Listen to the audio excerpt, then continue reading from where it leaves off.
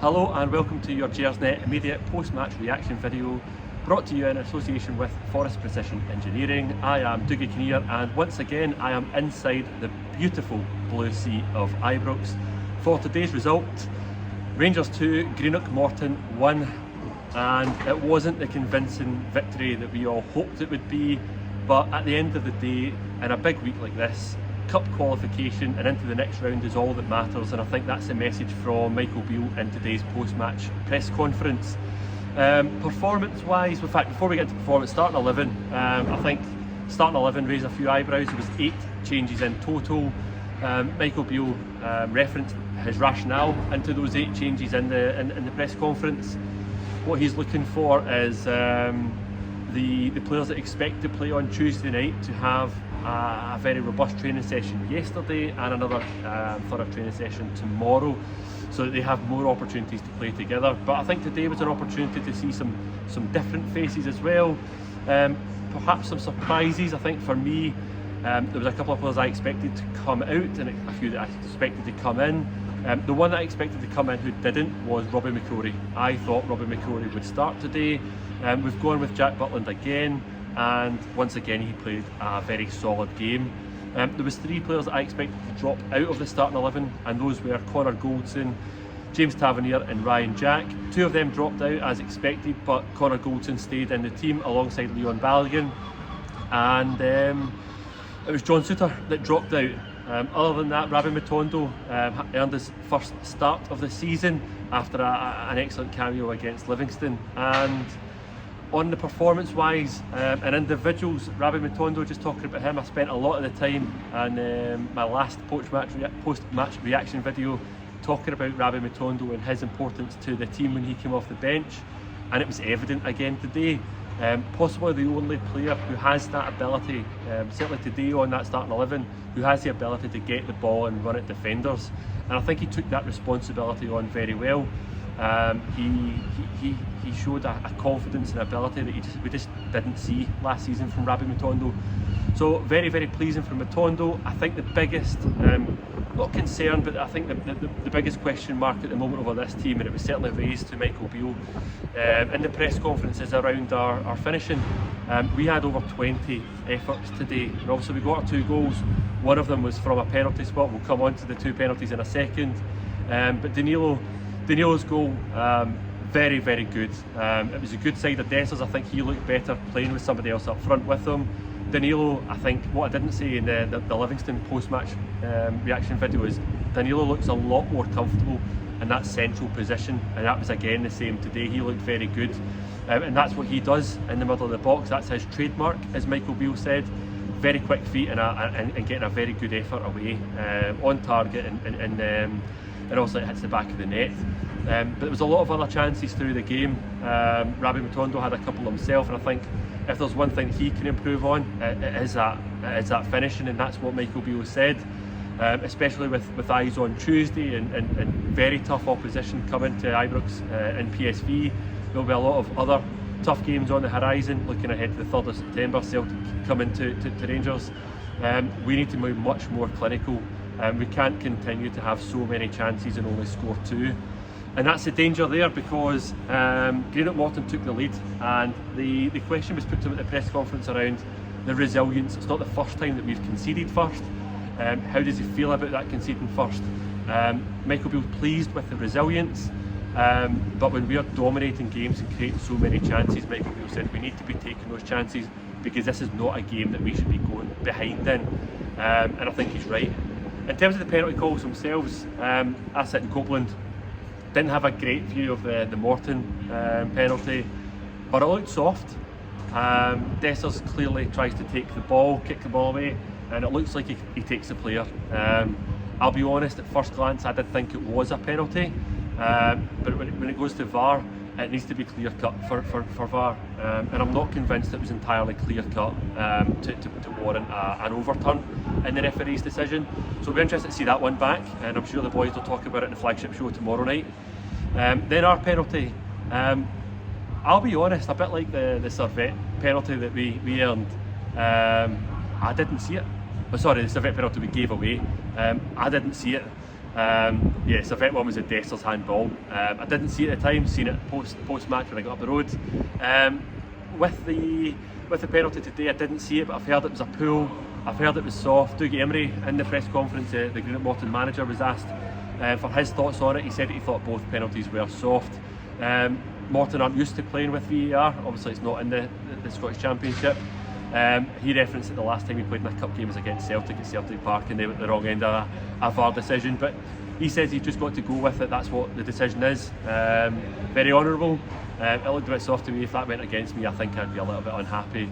But credit to Dessler's. I didn't think Dessler's had a particularly good game. I've got to be honest. On Twitter, after the Livingston game, I stuck up for Dessler's. There was a lot of knives out for Dessler's because his movement isn't particularly great, and we've not seen somebody who's able to hold the ball up, bring the ball in, bring other players in. We have seen some goals from him. We've seen another one today in the penalty, and fair play to him for stepping up, because he wasn't having a particularly great game, but he still stepped up and he took the penalty. And I'll be honest, it's very encouraging to see Dessler's taking the penalty, because dare I even talk about it, but you just go back to Frankfurt in the Europa League final. We didn't have a lot of really quality penalty takers.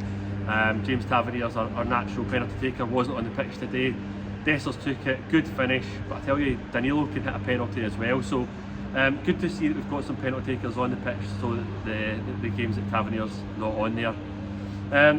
Other moments in the game that stood out for me, so Morton had their chances. There was a free kick in the first half that pulled off a very good save from Jack Butland. Wasn't the first time that Jack Butland was called into action. Once again, impressed. Got to say, Jack Butland looks like the pick of the bunch of the summer signings for me so far. But as Michael Beale keeps on reiterating, he's 30 years old. He's at the peak of his... I better be quiet here as I'm talking about Cyril Dessers. He's just walked across the front of me here. But Jack Butland is at the peak of his game right now. 30 years old as a goalkeeper. It's a very good age, and I think we've seen a very good goalkeeper at Rangers, which we've been typically used to. Rabbi Matondo I called out already. They were the two that kind of stuck out for me, but Jose Cifuentes got man of the match. He wasn't a standout. I wouldn't say he was a standout, but what Cifuentes done very well was just keep that ball moving. In particular the second half, I thought he looked very comfortable and kind of linked up defence and attacked very well. That's very encouraging, because we know already that we have two very good central midfield players in Nico Raskin and Todd Cantwell, so the thought of those three at peak form playing together is very appealing, and I can't wait to see them at their best playing together. But the other two players that I thought played very well when they came off the bench was Danilo and Yanis Hadji. So first of all, on Danilo, I think Danilo's movement was excellent today. He got the goal, but it wasn't just the goal that his movement was good for. I thought he was dropping deep. He played a couple of really good balls through. He looked very impressive when he came on. It was very encouraging. As I said earlier on, he looked much more comfortable in the central, so it'll be interesting to see the lineup on Tuesday. I think I would go with Danilo through the middle and Dessler's on the bench. Let's see what your thoughts on that are. The other player that impressed me was Yanis Hadji though. Yanis Hadji attended the post-match press conference, and he was asked around how he feels about his performance, how comfortable he is that he's not starting on a regular basis for Rangers. And Yanis Hadji just loves football. He says he's just a simple guy who wants to be playing football. Like anyone, he is not happy that he is not playing on a regular basis, but the manager knows what he is capable of and what he has done for Rangers Football Club. Yanis Hadji, I thought he'd done himself a lot of favours coming on. I was just speaking after the press conference about the players that kind of sit in that same Yanis Hadji role. I don't think Lammers had a particularly good game today. I think Lammers technically is a player who has a lot of nice touches, but he's just not very effective. You've seen the difference the minute Yanis Hadji came on. Similarly, very effective, very technical. He's a lovely footballer, Yanis Hadji, he really is. But we're starting to see that effectiveness from Yanis Hadji. He had a couple of shots and goal, and he worked the goalkeeper, and I've got to say that's a lot more than what Lammers did, and I don't think that would have changed. So yeah, done himself a lot of favours. I'm not sure Yanis Hadji starts on Tuesday, but then again I'm not sure Lammers starts on Tuesday. What Michael Beale said about Tuesdays, he hopes that the fans are right up for this game. but it's a game that we need to bring to the PSV team. So not sure that we play guys like Yanis Hadji or Lamerfou, potentially a wee bit more luxury players. I think we'd definitely go with the three of Raskin, Cantwell and Cifuentes in the middle of the park, but we might see a Jack and a Lundstrom in there as well, play a wee bit more compact.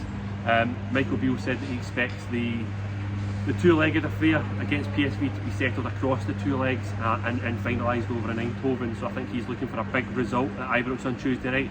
But let's get over with all to play for in Eindhoven. So into a good week. We're in the next round of 2 cups, and a very exciting week ahead as we welcome PSV Eindhoven to Ibrox. Let's hope that we have a similar result that we did last season, and the game's all to play for as we return to Eindhoven. And let's hope we finish the job, because as Rangers fans, we want to see our team play at the very top level of football. That is the Champions League. But worst case scenario, we know already that we've got the Europa League to fall back on, and that's a very good comfort to have. But let's focus on Tuesday now. All eyes on Tuesday night. I'm really looking forward to getting back to Ibrox, getting back to watching some big games. That's when I think we'll be at our best, playing against the big teams. Looking forward to it. But until then, look out for your flagship show tomorrow night, 9:30. YouTube and all the other channels as normal. I can't remember who's on it. I think it's Brian and Stuart Weir and Robert Fawcett will be on, I'm sure, tomorrow night. So until then, thank you very much for watching. Good night.